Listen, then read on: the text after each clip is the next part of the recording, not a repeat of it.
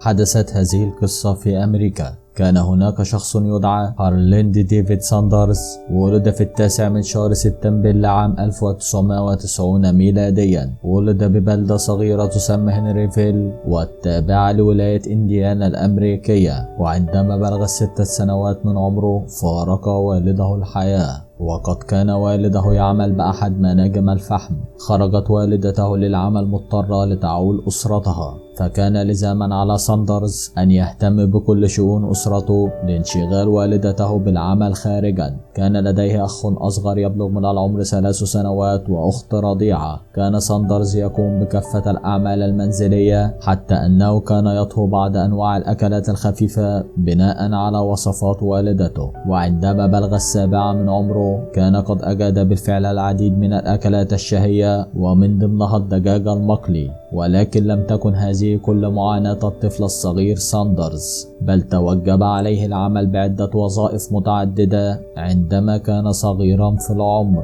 بدايتها عمل بمزرعة مقابل $2 شهريا، وبعد ذلك ب2 تزوجت والدته، وبذلك تمكن من السفر والعمل بمزرعة خارج البلدة. وعندما بلغ عامه 16 التحق بالجيش الأمريكي بكوبا، وخدم به لمدة 6 شهور. وبعد قضاء مدة الجيش تدرج بين الوظائف المتعددة، فعمل ملقم فحم على متن إحدى القطارات، وبعدها قائد على عبارة نهرية، وكذلك بائع بوليصات تأمينية. ومن ثم درس المحاماة بالمراسلة، وزاول مهنة المحاماة لبعض الوقت.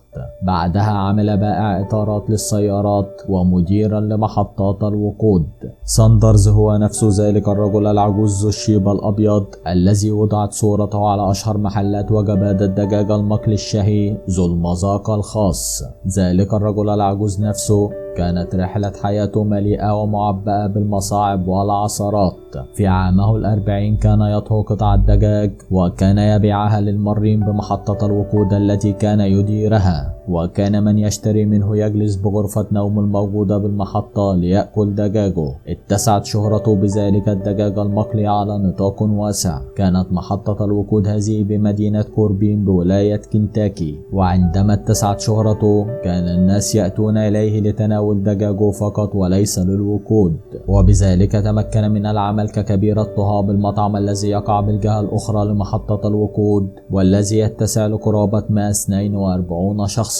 وعلى مدار 9 سنوات من عمله بذلك المطعم الكبير، تمكن ساندرز من تطوير خلطته السرية، والمكونة من 11 نوع مختلف من التوابل المخلوطة سويا بكيفية معينة. هذه الخلطة السرية لا يمكنك إيجاد سرها ولا التحلي بمذاقه السحري إلا بمحلات كنتاكي الشهيرة والمنتشرة بكل بقاع الأرض. وكل أموره كانت تسير على ما يرام وبأفضل حال. كرمه محافظ ولاية كنتاكي بإعطائه لقب كولونيل على إجادته للطهي. وكانت المشكلة العصيبة التي واجهها في هذه الأثناء انتظار الزبائن لمدة زمنية لا تقل عن 30 دقيقة حتى يحصلون على الوجبة التي طلبوها. وهذه المشكلة تغلبوا عليها المنافسون بالمطاعم الجنوبية بأنهم توجهوا لقلي الدجاج بالسمنة الغزير، مما أتاح لهم فرصة طهي الدجاج بشكل أسرع، ولكن كان الطعم به اختلاف كبير.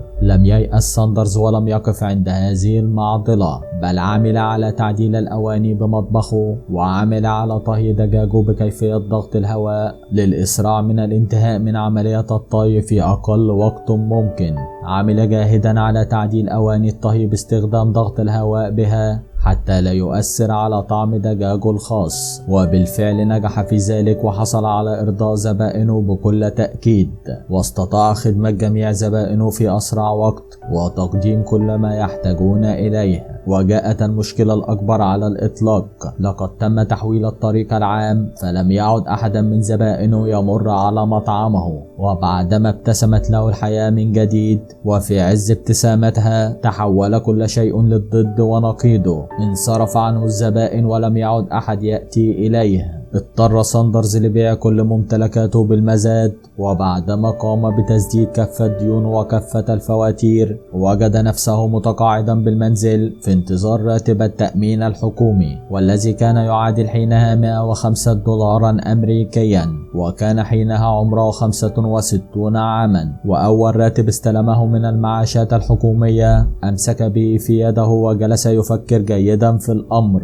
وتوصل في النهاية أنه ليس جاهزا بعد للجلوس على كرسي هزاز وانتظار المعاش الحكومي. تمكن من إقناع بعض المستثمرين باستثمار أموالهم في الدجاج المقلي الشهي، وبذلك كانت النشأة الرسمية الأولى لدجاج كنتاكي المقلي الشهي والألذ على الإطلاق.